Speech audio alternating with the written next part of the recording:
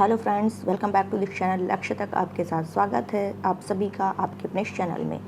आज है गाइस 13 अक्टूबर 2022। तो आज का सेशन बहुत ही इंपॉर्टेंट होने वाला है। सारे के सारे क्वेश्चंस यहाँ पे इंपॉर्टेंट ही लिए गए हैं। जो कल रात तक की सुर्खियों से बने वो सारे इसमें हम कवर करने वाले हैं। तो बिल्कुल लेट मत करिए, पेन और कॉपी लेकर के बैठ जाइए और सारे क्वेश्चंस को नोट डाउन करते रहिएगा। तो चलिए सेशन को स्टार्ट करते हैं। और जैसा कि आज का आप थंबनेल देख रहे होंगे, इसके बारे में भी अभी हम लोग लेक्चर के लास्ट में डिस्कस करने वाले हैं। तो लास्ट तक बने रहिए और देखिए ये क्या है, कैसे है, सब कुछ हम यहाँ बताने वाले हैं। तो चलिए सेशन को स्टार्ट करते हैं। लेकिन आज का जो मोटिवेशन कोट है पहले उसको देख लेते हैं, फिर आगे कंटिन्यू करते हैं। परिस्थिति से घबराइए मत, उससे शिक्षा लेकर आगे बढ़िए। परिस्थिति हमारी ही कमी का परिणाम है। बहुत सही है, बहुत बढ़िया लाइन लिखी है कि बहुत सारे सिचुएशंस आते रहते हैं हमारे सामने, कोई ना कोई कठिनाई आती रहती है। तो हमें उससे परेशान नहीं होना है, हमें उससे घबराना नहीं है, बल्कि हमें उससे सीख लेना है, सबक लेना है, शिक्षा लेनी है। और क्या कमी रह गई उसको हम लोग एक्सेप्ट करके आगे उससे बढ़ना है। ये जो परिस्थिति अभी है प्रेजेंट टाइम में, ये कोई ना कोई ऐसी कमी हमने की है, उसी का परिणाम है कि आज ऐसा है। तो इसी से सीख लेते हुए हमें आगे की तरफ बढ़ना है। ये नहीं कि रुक जाना है कि अब हम नहीं कर पाएंगे, ऐसा नहीं होना है। जब तक आपके अंदर धैर्य है, अपने लक्ष्य की तरफ धैर्य है, जुनून है, जज्बा है, इसके साथ आप आगे लगातार लगे रहिए। आपके पास हिम्मत होनी चाहिए। जब तक हिम्मत है तब तक लगे रहिए। और हिम्मत तब तक है जब तक इंसान खुद चाहता है, ठीक है। तो क्योंकि अपने अंदर की हिम्मत ही है जो जब तक हम चाहेंगे तब तक हम कर सकते हैं। अगर हम चाह लें तो सब कुछ कर सकते हैं, अगर हम खुद ही चाह लें तो कुछ भी नहीं। तो मन के हारे हार है, मन के जीते जीत। तो ये चीज़ ध्यान में रखते हुए आगे बढ़ते रहिए। चलिए सेशन को स्टार्ट करते हैं और आज का पहला क्वेश्चन देख लेते हैं कि हमारा पहला क्वेश्चन क्या है। लेकिन पहला क्वेश्चन शेयर करने से पहले, स्टार्ट करने से पहले आप लोग का जो दायित्व है, कर्तव्य है, वो प्लीज़ कर दीजिए, क्योंकि एक एक क्वेश्चन को बहुत ही डिस्क्राइब करके आपको समझाने वाले हैं। तो बस आप क्या करिए, लाइक लेक्चर को कर दिया करिए और जो नए व्यूवर्स हैं सब्सक्राइब कर दीजिए और प्लीज़ जो पढ़ने वाले हैं उनके साथ शेयर कर दीजिए। बस इतना आप काम कर दीजिए। चलिए फर्स्ट क्वेश्चन देख लेते हैं जो कि इम्पोर्टेंट है। फर्स्ट क्वेश्चन ही क्या कह रहा है, अक्टूबर 2023 में कौन सा राज्य 37वें राष्ट्रीय खेलों की मेजबानी करेगा। आप ये सोच रहे होंगे कि अभी तो हम लोग 36वां कुछ मतलब 2-3 लेक्चर के, जो 2-3 दिन के पहले का लेक्चर था उसमें हम लोग 36वां पढ़े हैं, तो 37वां कहाँ आ गया। तो बिल्कुल 37वें की ये बता दिया गया कि मेजबानी कौन करेगा। पहले हम लोग चलते हैं 36वें के बारे में देख लेते हैं, फिर 37वां यहाँ आंसर लिखा है, ये देख ही लीजिए कि 37वें राष्ट्रीय खेलों की मेजबानी कौन करेगा, गोवा करेगा। तो चलिए हम लोग 36वां पढ़ लेते हैं कि 36वें में जो है ये इसकी मेजबानी कौन कर रहा है। तो 36वें की मेजबानी जो है ये हो रहा है गुजरात में। कहाँ हो रहा है? गुजरात में। 36वां जो है ये कहाँ हो रहा है? गुजरात में है। और इसका जो क्या कहते हैं, उसको शुभंकर कहते हैं, इसको शुभंकर, वो क्या है? सावज है। इसका शुभंकर क्या है? सावज है। सावज को गुजराती भाषा में शेर कहते हैं, ठीक है। मतलब शेर को गुजराती भाषा में सावज कहते हैं। तो ये आपको ध्यान रखना है। और जो 36वां है, 36वां जो राष्ट्रीय खेल है, इसमें पहली बार जो है एक योगासन और मलखंभ को ऐड किया गया है। मलखंभ गेम है, इसको क्या किया गया है? ऐड किया गया है। इतनी चीज़ें आपको क्लियर हो गई। और एक क्वेश्चन और इससे इम्पॉर्टेंट है कि योगासन में जो पहली बार स्टार्ट किया गया, तो ये भी पूछा जा सकता है कि योगासन में गोल्ड मेडल जीतने वाली पहली खिलाड़ी कौन है। तो वो कौन है? पूजा पटेल। शी इज़ पूजा पटेल। तो ये भी आप ध्यान रख सकते हैं, ये भी इम्पॉर्टेंट है, ठीक है। तो यहाँ का एक एक लाइन जो है आपकी आगामी हो सकता है पेट की परीक्षा में पूछ ले। तो पेट की परीक्षा में हो सकता है, वैसे चांसेस नहीं है क्योंकि अभी रिसेंटली है। तो नेक्स्ट जो एग्ज़ाम है वो आपके आने वाले, जैसे पेट हो गया, सॉरी पेट कह रही हूँ, और भी जो एग्ज़ाम्स है जैसे PCS हो गया, RO हो गया, वहाँ सब ये क्वेश्चन आपको 100% मिलने की मिला जा सकता है। तो इसको आप देख सकते हैं कि इम्पॉर्टेंट है। और अगर बात करें कि विधानसभा सीट, यहाँ की बात करें, अब हम लोग गोवा पढ़ रहे हैं, तो विधानसभा सीट गोवा की कितनी है? 40 है। कितनी है? 40 सीट है। और यहाँ के CM कौन है? तो यहाँ के CM हैं कौन? प्रमोद जी। प्रमोद मतलब सावंत, प्रमोद सावंत है यहाँ के CM। क्लियर। और अगर बात करें कि गोवा जो है ये हर घर जल वाला, हर घर जल वाला जो क्या है? राज्य, हर घर जल वाला प्रमाणित राज्य जो है वो कौन बन गया है? गोवा बन गया है। और यहाँ पे आर्टिकल 44 भी लागू है। आर्टिकल 44 क्या है? सिविल कोड संहिता। सिविल कोड संहिता ये कहाँ पर? गोवा में लागू है। और अगर बात करें कि ये क्षेत्रफल की दृष्टि से क्षेत्रफल की दृष्टि से जो है सबसे छोटा राज्य है। क्षेत्रफल की दृष्टि से सबसे छोटा राज्य है कौन सा? गोवा है। तो इतने सारे फैक्ट के साथ आपका एक क्वेश्चन था, लेकिन इतने सारे फैक्ट को आपने कवर कर लिया कि आप पॉलिटी में भी एंट्री कर गए और आपका करंट भी क्लियर हो गया। तो ये आपको ध्यान रखना है। चलते हैं नेक्स्ट। तो 37वां कहाँ होने वाला? गोवा में, ये ध्यान रखिएगा। और 36वां कहाँ हुआ है? गुजरात में हुआ है, ये मैंने आपको बता दिया। नेक्स्ट क्वेश्चन की तरफ कंटिन्यू करते हैं। क्या कह रहा है? 11 अक्टूबर 2022 को जारी असमानता, most important question, very important, ठीक है। तो इसको स्टार बनाइए और छाप डालिए। 11 अक्टूबर 2022 को जारी असमानता सूचकांक में कमी लाने की नवीनतम प्रतिबद्धता 2022 में भारत ने कौन सा स्थान प्राप्त किया है? तो भारत की रैंकिंग है 123, यहाँ TH होगी, TH नहीं, 123 होना चाहिए था, 23 होना चाहिए था। 133वां, 33वां नहीं, इसको 23 बोलते हैं। 123 यानी कि 123वां रैंक हासिल किया है किसने? भारत ने। किसने? असमानता सूचकांक। पहले तो ये हम लोग डिस्कस करते हैं कि ये जो रिपोर्ट है असमानता सूचकांक है वो जारी कौन करता है? तो वो जारी कौन करता है? ऑक्सफैम जारी करती है। ऑक्सफैम जारी करती है। कौन जारी करता है? ऑक्सफैम, ठीक है। तो ये आपको ध्यान रखना कि जारी करने वाला, ये भी इंपॉर्टेंट है, ये पूछ सकता है ऐसे कि कौन जारी करता है, तो ऑक्सफैम जारी करता है। अब ये ध्यान रखना कि फर्स्ट पर कौन आया? तो फर्स्ट पर आया है नॉर्वे, फर्स्ट पर आया है नॉर्वे आया है, क्लियर। और भारत की जो रैंकिंग है, भारत की रैंकिंग वो है 123 है, क्लियर। और टोटल कितने देश शामिल हैं? कुल 156 देश शामिल हैं। कितने हैं? कुल 156 देश हैं। इन 156 देशों में भारत की रैंकिंग जो है 100 कितनी है? 23 है। अब ये आपको पता होना चाहिए कि हमारा पड़ोसी देश जो पाकिस्तान है वो क्या करता है, क्या किस रैंक पर बैठा हुआ है बेचारा? तो पाकिस्तान जो है 126 पर बैठा है, 126 इसको है, ठीक है। और अब ये जो भारत है वो 123 पर, 123 पर है। और बांग्लादेश की कंडीशन सही है हमारे से, बांग्लादेश जो है वो 107 पर है, 107 पर है। अब ये ध्यान रखना है कि भारत की रैंकिंग 123 है, तो भारत की रैंकिंग 130 मतलब इसमें सबसे खराब स्थिति किस में है? भारत की रैंकिंग जो आई है तो सबसे खराब स्थिति भारत की कौन सी है, किस जगह पर है? सबसे खराब स्थिति भारत की किस जगह पर है? सबसे खराब स्थिति तो वो है, क्या है? स्वास्थ्य में, हेल्थ में, स्वास्थ्य पर एक्सपेंडिचर जो है इसका, स्वास्थ्य पर जो एक्सपेंडिचर है, खर्च है, इसी में इसका जो है सबसे खराब स्थिति है। तो ये आपको ध्यान रखना। तो ये उम्मीद है ये आपको बहुत अच्छे से क्लियर हो गया होगा। अभी कुछ और इंडेक्सेस की बात करें, जैसे कि इंडेक्स की बात करते हैं, जैसे कि आप देख लीजिए क्या कहते हैं उसको, SDI अभी हाल ही में जारी किया गया है। SDI कौन जारी किया है? UNDP के द्वारा जारी किया गया है। UNDP के द्वारा जारी किया गया। और UNDP के द्वारा जो SDI रैंकिंग जारी की गई है, इसमें भारत की रैंकिंग कौन सी है? 122 है। कितनी है? 132 है, 132 है, ठीक है। अगर बात करें कि भूखमरी सूचकांक में भारत की रैंकिंग कितनी है? तो 101 में है, 101 है।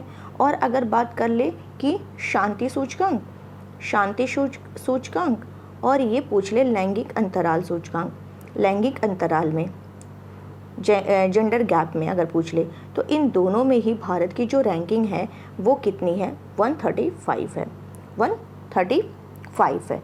लेकिन अगर ये पूछ ले कि खुशहाली में भारत की रैंकिंग कितनी है, खुशहाली सूचकांक में भारत की रैंकिंग क्या है? तो 136 है। क्या है? 136 है। यहीं अगर पूछ ले कि प्रेस फ्रीडम सूचकांक में भारत की रैंकिंग कितनी है? तो 150 है। कितनी है? वो 150 है। लेकिन अगर ये पूछ ले कि पर्यावरण प्रदर्शन सूचकांक में भारत की रैंकिंग कितनी है, तो उसमें है 180, एकदम लास्ट पे चल रहा है। तो ये सारा मैंने आपको शॉर्ट में बता दिया सारा, और ये पेट के एग्ज़ाम के लिए मोस्ट इंपॉर्टेंट था, इसलिए मैंने आपको बता दिया। कहीं से भी कोई क्वेश्चन आए तो आपका फटाफट क्या कहते हैं उसको टिक लग जाएगा। चलते हैं थर्ड क्वेश्चन देख लेते हैं। 10 अक्टूबर 2022 को किस मंत्रालय ने टेली मेडिसिन मानस पहल की शुरुआत की है? तो किसने की है? अब मेडिसिन नहीं, टेली मानस पहल। अब मानस बोल रहा है, मानस मतलब मानसिक मन, ठीक है। तो अभी क्या हुआ था? मानसिक पहल, यानी कि ये टेली मानस पहल जो शुरुआत की है, ये किसके द्वारा की गई है? स्वास्थ्य और परिवार कल्याण मंत्रालय के द्वारा। किसके द्वारा? स्वास्थ्य परिवार कल्याण मंत्रालय के द्वारा ये शुरू किया। अभी क्या हुआ था? 10 अक्टूबर को ही क्या है? विश्व मानसिक स्वास्थ्य दिवस मनाया गया है। तो उसी के उपलक्ष्य में इन्हीं के द्वारा क्या किया गया है? स्वास्थ्य परिवार कल्याण मंत्रालय के द्वारा टेली मानस पहल शुरू की गई है।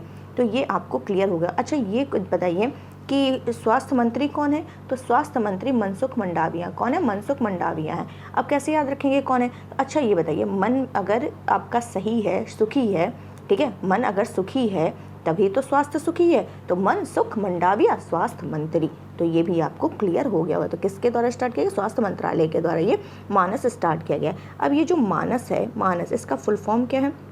तो इसका फुल फॉर्म है मेंटल हेल्थ, लिखूंगी नहीं, मैं बोल दे रही हूँ, mental health assistant networking across state.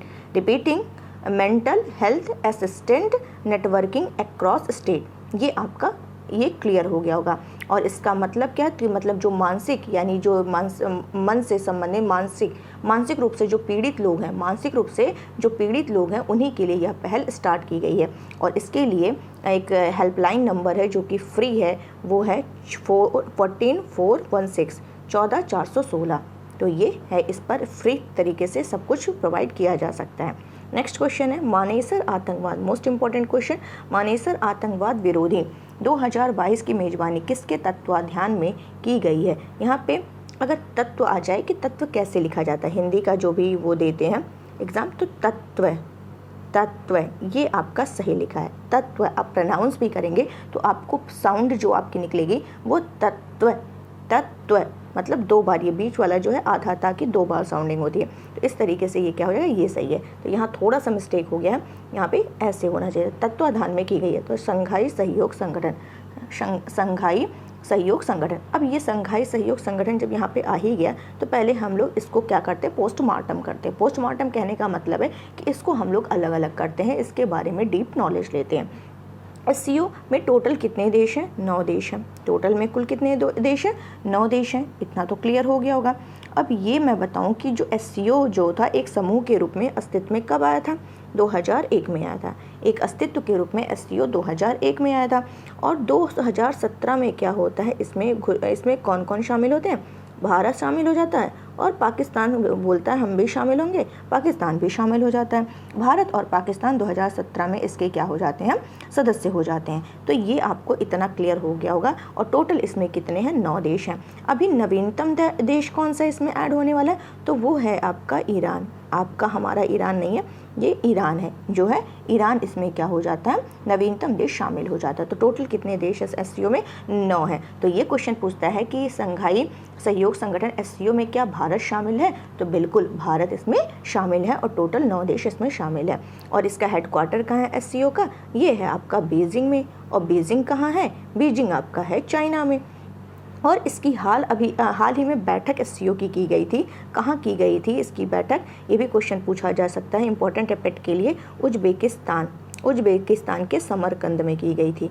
Uzbekistan के समरकंद में की गई थी। तो ये भी आपको ध्यान रखना है।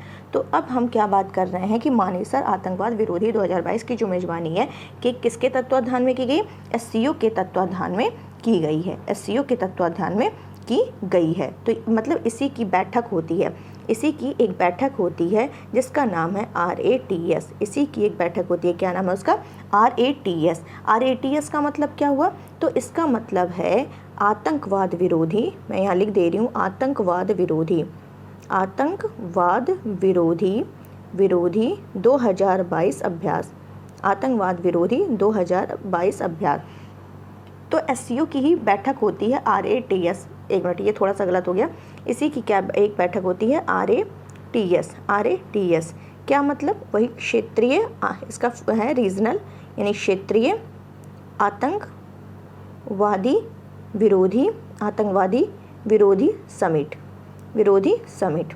इसका फुल फॉर्म है कि क्षेत्रीय आतंकवादी विरोधी समिट, क्षेत्रीय आतंकवादी विरोधी समिट। तो ये एससीओ की एक बैठक होती है।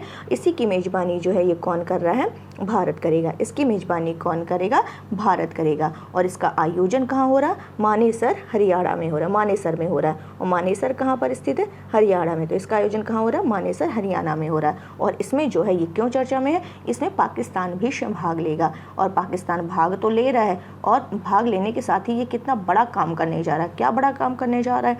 ये आतंकवाद को रोकने पर क्या करने जा रहा है? आतंकवाद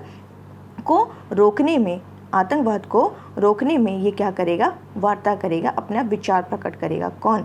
ये जो है क्या कहते हैं इसको, मतलब पाकिस्तान, मतलब जो आतंकवादी है, चोर ये कहे कि हम चोर कहे कि भैया चोरी नहीं करना चाहिए, चोर अगर ये कहे चोरी नहीं करना चाहिए तो कैसा लगेगा। तो ये आतंकवादी देश होने के बाद भी कहे कि आतंकवाद को रोकने के लिए वार्ता करे, तो ये थोड़ा सा क्या लगता है, अजीब लगता है, ठीक है। लेकिन ये क्या करना है, वार्ता करने के लिए, आतंकवाद को रोकने पर क्या करना है, वार्ता करेगा। कौन, ये पाकिस्तान। तो ये पूरा कहानी आपको समझ में आ गया होगा। चलते हैं नेक्स्ट क्वेश्चन की तरफ। 11 से 30 अक्टूबर 2022 तक फीफा अंडर 17 महिला विश्व कप 2022 किन स्थानों पर आयोजित होगा। तो ये जो फीफा अंडर 17 होने वाला है, ये किन किन स्थानों पर आयोजित होगा, भुवनेश्वर, मुंबई और गोवा। भुवनेश्वर, मुंबई और गोवा में स्टार्ट होने वाला है। यानी जो अंडर 17 फीफा अंडर 17 महिला विश्व कप है, इसका आयोजन भारत कर रहा है। इसका आयोजन कौन कर रहा है, भारत कर रहा है। और कहाँ कहाँ आयोजन होगा, भुवनेश्वर, मुंबई, गोवा में होने वाला है, ठीक है। और ये किस नंबर का, कौन से नंबर का ये है, तो सातवां क्रम है, 7वें नंबर का ये 7वां संस्करण है। और इसका शुभंकर क्या है, ईभा है। इसका शुभंकर क्या है, ईभा है। ये आपको ध्यान रखना। इसका मतलब होता है शेरनी। इसका मतलब क्या होता है, शेरनी होता है। क्लियर। और इसका ध्येय वाक्य क्या है इस बार का, इसका ध्येय वाक्य क्या है, तो इसका ध्येय वाक्य है kick off the dream. Kick off the dream, kick off the dream, kick off the dream. ये इसका क्या है, ध्येय वाक्य है। और इसमें 16 टीमें क्या करनी है, भाग लेने वाली हैं। 16 टीमें इसमें पार्टिसिपेट करेंगी। और जो भारत है वो भारत ए ग्रुप में शामिल है। इतना क्लियर हो गया होगा। चलते हैं नेक्स्ट क्वेश्चन की तरफ। 11 अक्टूबर 2022 क्या कह रहा है क्वेश्चन, 11 अक्टूबर 2022 को केंद्रीय कानून और न्याय मंत्रालय ने तीन उच्च न्यायालयों के मुख्य न्यायाधीशों की घोषणा की है। इसके संदर्भ में कौन सा सही है। तो तीन जो मुख्य उच्च न्यायालय के नए मुख्य न्यायाधीशों की घोषणा की है, उसको हम क्रमशः तीनों लोगों का यहाँ नाम बताने वाले हैं। जैसे कि क्या है, पहला है जम्मू कश्मीर और लद्दाख के जो बनाए गए हैं, वो है AM माग्रे। क्या है, जम्मू कश्मीर और लद्दाख के AM माग्रे। कर्नाटक के प्रसन्ना, कर्नाटक प्रसन्न, नाटक करते हुए क्या हो जाते हैं, प्रसन्न हो जाते हैं। राजस्थान पंकज मित्तल, यानी कि ये तीनों क्या हैं, सही हैं, उपरोक्त सभी। नेक्स्ट क्वेश्चन है, हाल ही में किसने एजुकेशन 4.0 रिपोर्ट जारी की है। इंपॉर्टेंट क्वेश्चन, किसने जारी की है, WEF ने जारी की है। विश्व आर्थिक मंच के द्वारा ये रिपोर्ट जारी की गई है। ये जो रिपोर्ट जारी की गई है, इसमें क्या है, हाँ ये ध्यान रखना है कि ये विश्व आर्थिक मंच ने तो जारी किया है ये रिपोर्ट, लेकिन क्या है कि यूनिसेफ और युवा के संयुक्त प्रयास से इसने ये युवा संगठन के द्वारा और यूनिसेफ के सहयोग से इसने ये रिपोर्ट जारी की है। इस रिपोर्ट में बताया क्या गया है कि स्कूल टू वर्क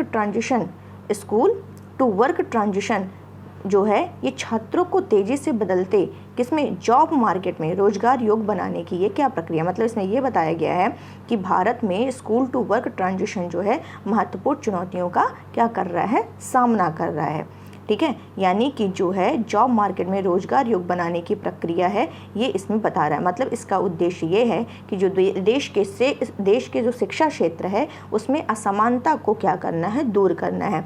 और भारतीय स्कूल प्रणाली है, भारतीय शिक्षा प्रणाली है, उसमें सुधार के लिए जो स्ट्रेटेजी है, रणनीति है, उसकी क्या करनी है, सिफारिश करनी है। तो ये भी आपको क्लियर हो गया होगा। मतलब कह रहा है कि स्कूल टू वर्क जो है ट्रांजिशन समस्या है ये रिपोर्ट।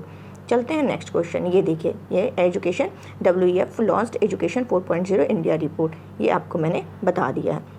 नेक्स्ट क्वेश्चन है 8वें नंबर का क्वेश्चन, ये भी मोस्ट इंपॉर्टेंट है। आज का सीरीज बहुत ही इंपॉर्टेंट है, कितना कम कहूँ, सारे कम ही है। और हाँ गाइज, ये बताना मैं भूल जाती हूँ कि हमारा टेलीग्राम चैनल है, वो भी आप ज्वाइन कर सकते हैं। तो उन सभी की लिंक आपको इस चैनल के डिस्क्रिप्शन बॉक्स में मिल जाएगी। बाकी जैसे हमारे इंस्टाग्राम से भी जुड़ना, वो भी जुड़ सकता है, उसकी भी लिंक इस चैनल के डिस्क्रिप्शन बॉक्स में मिल जाएगी। और अभी तक भी जिसने लेक्चर को लाइक नहीं किया, प्लीज़ लाइक कर दीजिए। कौन वर्ल्ड इकोनॉमिक आउटलुक रिपोर्ट जारी करता है, बहुत ही इंपॉर्टेंट क्वेश्चन। ये तो क्वेश्चन पूछा ही जाता है ये किसी एग्जाम में पूछा था, शायद पीसीएस के एग्जाम में पूछा था ये, कि वर्ल्ड इकोनॉमी, इस टाइप के क्वेश्चन पूछते हैं। तो वर्ल्ड इकोनॉमिक आउटलुक रिपोर्ट प्रकाशित करने के लिए प्रसिद्ध है। कौन भैया प्रसिद्ध है? ये IMF प्रसिद्ध है। कौन है? IMF यानी अंतर्राष्ट्रीय मुद्रा कोष। इसने अभी क्या किया है, जो आर्थिक विकास है, हमारी जो इकोनॉमिक ग्रोथ है, उसके अनुमान को घटा करके 6.8% कर दिया है। इसीलिए ये चर्चा में है। द हिंदू न्यूज़पेपर से इसको मैंने लिया है। इसमें ये बता रहा है कि जो अगर हम वैश्विक विकास की बात करें, तो इसका जो 2022 में है, 2021 में जो इसकी विकास दर थी वो कितनी थी? 6.0% थी। और 2022 में क्या कर दिया?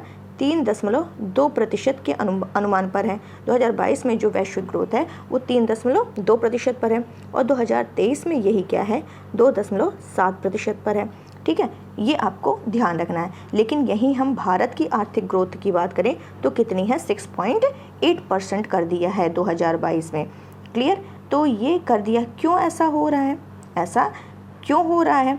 तो ये जो भारत के साथ जो वैश्विक अर्थव्यवस्था है उसमें जो इकोनॉमिक ग्रोथ में जो गिरावट दर्ज की जा रही है, उसका रीज़न क्या है? तो उसका मेन रीज़न जो बताया गया है इस रिपोर्ट में, वो ये बताया है कि जो रशिया और यूक्रेन का युद्ध हो रहा है, रशिया और यूक्रेन का जो वॉर हो रहा है, यही क्या है? एक मोस्ट रीज़न है। और साथ ही और क्या रीज़न बताएं? वही जो कोविड-19 महामारी से अभी देखो पूरी तरह से उबर नहीं पाया था कि ये स्टार्ट हो गया, जिसका सीधा प्रभाव जो है हमारे वैश्विक अर्थव्यवस्था पर क्या किया जा रहा है? देखा जा रहा है। तो ये आपको क्लियर हो गया। अब हम बात करेंगे IMF की, अपने ये इंटरनेशनल मॉनेटरी फंड यानी कि क्या कहते हैं? अंतर्राष्ट्रीय मुद्रा कोष। ये जो है कोष, ये वर्ष में 2 बार रिपोर्ट जारी करती है, 2 बार अपनी रिपोर्ट जारी करती है, प्रकाशित करती है। एक अप्रैल में और एक 2 बार प्रकाशित करती है। एक अप्रैल में जारी करती है और एक अक्टूबर में जारी करती है। ये 2 बार ये जारी करती है। और अगर इसकी स्थापना की बात करें, वो हुआ था 1945 में। कब हुआ था? 1945 में हुआ था। और इसमें टोटल अगर बात किया जाए, इसमें टोटल 189 देश हैं। कितने हैं? 189 देश, 189 देश। तो ये आपको ध्यान रखना है। ये 2 बार जारी करती है, ये भी मैंने आपको बता दिया। और बात करें कि IMF और कौन सा रिपोर्ट जारी करता है, तो एक वैश्विक वित्तीय स्थिरता रिपोर्ट जारी करता है। वैश्विक एक रिपोर्ट ये और जारी करता है, उसका नाम है वैश्विक वित्तीय स्थिरता रिपोर्ट। वैश्विक वित्तीय स्थिरता रिपोर्ट। तो ये भी आपका बहुत इंपॉर्टेंट क्वेश्चन था, जो कि मैंने आपको बता दिया है। 9th नंबर का क्वेश्चन है, प्रतिवर्ष विश्व अर्थराइटिस दिवस कब मनाया जाता है? तो कब मनाया जाता है? 12 अक्टूबर को मनाया जाता है। और इसकी शुरुआत अगर बात करें कि शुरू कब हुआ था, 1996 से हुआ था। विश्व अर्थराइटिस दिवस जो है ये शुरुआत 1996 से हुई थी।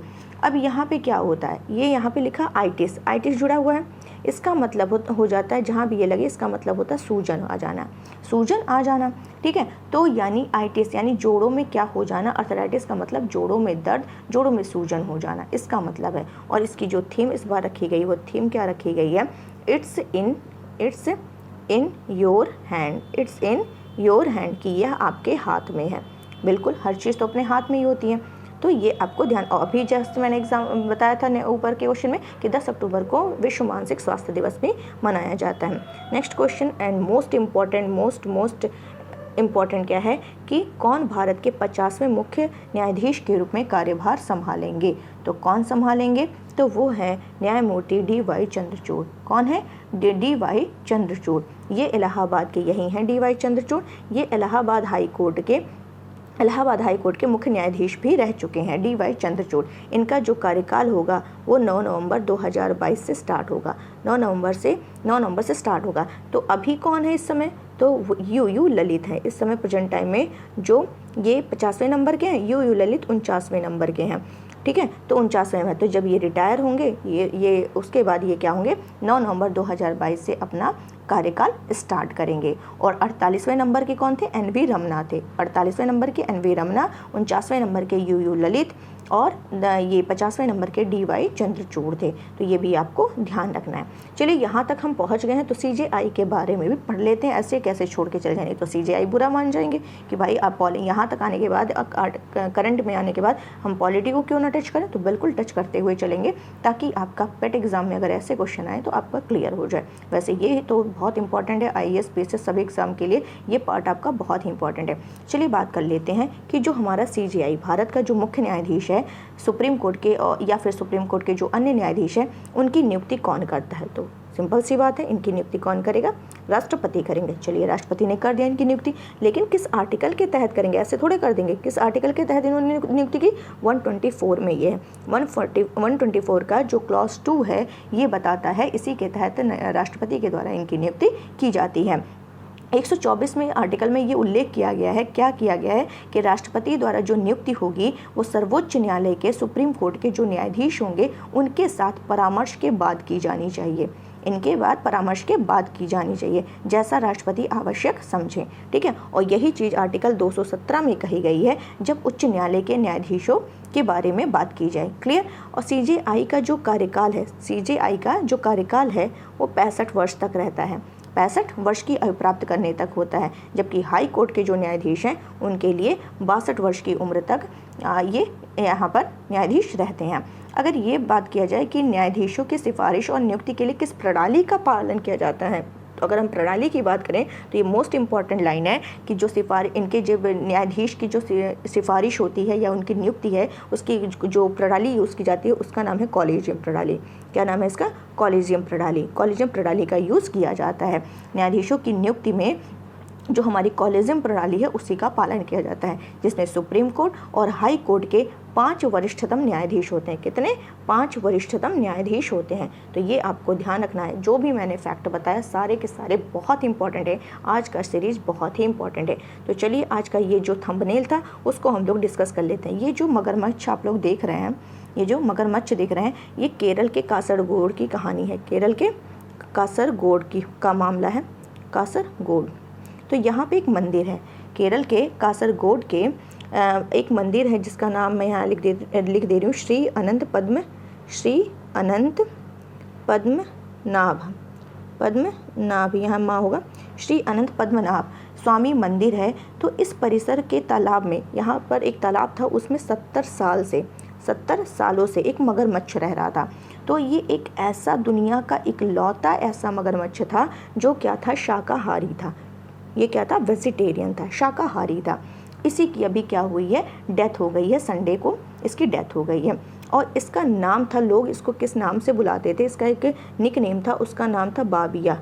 इसको किस नाम से बुलाते थे? बाबिया नाम से बुलाते थे।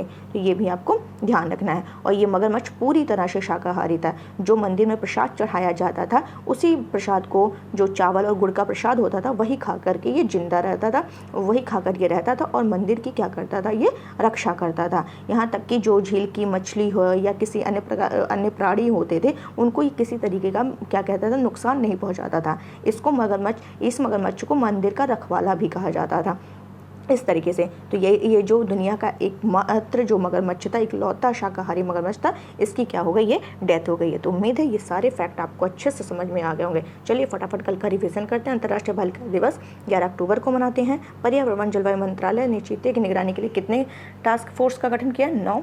और किस राज्य में देश के सबसे बड़े मिलेट प्रसंस्करण उद्योग का लोकार्पण किया गया? 36। मालाबार सैनिक अभ्यास 2022 की मेजबानी कौन करेगा? जापान। भारत का पहला बहुकला सांस्कृतिक केंद्र कहाँ खोला जाएगा? मुंबई। 38वें समानांतर रेखा हाल ही में खबरों में रही, किसके बीच है? दक्षिण और उत्तर कोरिया के बीच है। किसने IBSF वर्ल्ड बिलियर्ड्स चैंपियनशिप में 25वां विश्व खिताब जीता है? पंकज अडवाणी। किस राज्य की अस्मिता दोरजी ने बिना ऑक्सीजन सप्लीमेंट के मनासलू पर्वत को फतेह किया? झारखंड। मनासलू पर्वत नेपाल में है। सतत पर्वतीय विकास शिखर सम्मेलन के संबंध में बताना है कौन सा सही है? ये WWE द्वारा आयोजित किया जाता है, गलत है। कार्बन न्यूट्रल लद्दाख के शिखर सम्मेलन का एक उद्देश्य सही है। भारत के 20 से अधिक पर्वतीय राज्यों ने इस शिखर सम्मेलन में भाग लिया है, गलत है। ये स्टेटमेंट गलत है, तो केवल 2 स्टेटमेंट सही है। प्रधानमंत्री नरेंद्र मोदी ने श्री महाकाल लोक का उद्घाटन किया है, कहाँ पर? उज्जैन में किया है। तो चलिए आज के लिए बस इतना ही रखते हैं। उम्मीद है आपको ये सारा फैक्ट अच्छे से समझ में आया होगा। तो इसको प्लीज़ ज़्यादा से ज़्यादा लाइक करिए, शेयर करिए, सब्सक्राइब करना बिल्कुल मत भूलिए। तो आज के लिए बस इतना ही रखते हैं, कल फिर मिलते हैं। Thank you so much.